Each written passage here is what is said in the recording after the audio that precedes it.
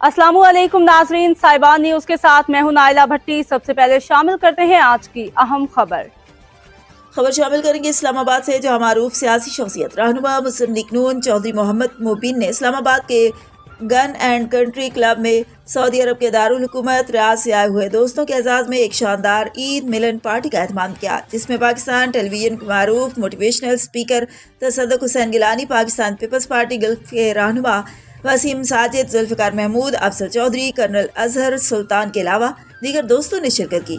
तसद्दुक हुसैन गिलानी ने कहा कि चौधरी मोहम्मद मुबीन हर दिल अजीज शख्सियत है। उन्होंने रियाज में भी पाकिस्तानी कम्युनिटी को यकजा करने के लिए अक्सर किसी न किसी प्रोग्राम का इनेकाद करते रहते थे, जिससे प्रदेश में देश के रंग नजर आते थे।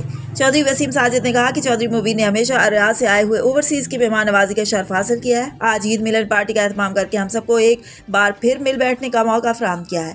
तमाम मेहमानों ने चौधरी मोहम्मद मुबीन की ओवरसीज पाकिस्तानियों के लिए काविशों को सराहा। चौधरी मोहम्मद मुबीन ने कहा कि मेरी खुशकिस्मती है कि रियाद सऊदी अरब से आने वाले ओवरसीज पाकिस्तानी मेरी दावत पर इस्लामाबाद तशरीफ लाते हैं, जो कि मेरे लिए एहसास की बात है। उन्होंने तमाम मेहमानों का शुक्रिया अदा किया और लजीज खानों से उनकी तवाज़ो की गई। अब तक के लिए इतना ही। मजीद खबरों और अपडेट से बाखबर रहने के लिए देखते रहें साहिबान न्यूज।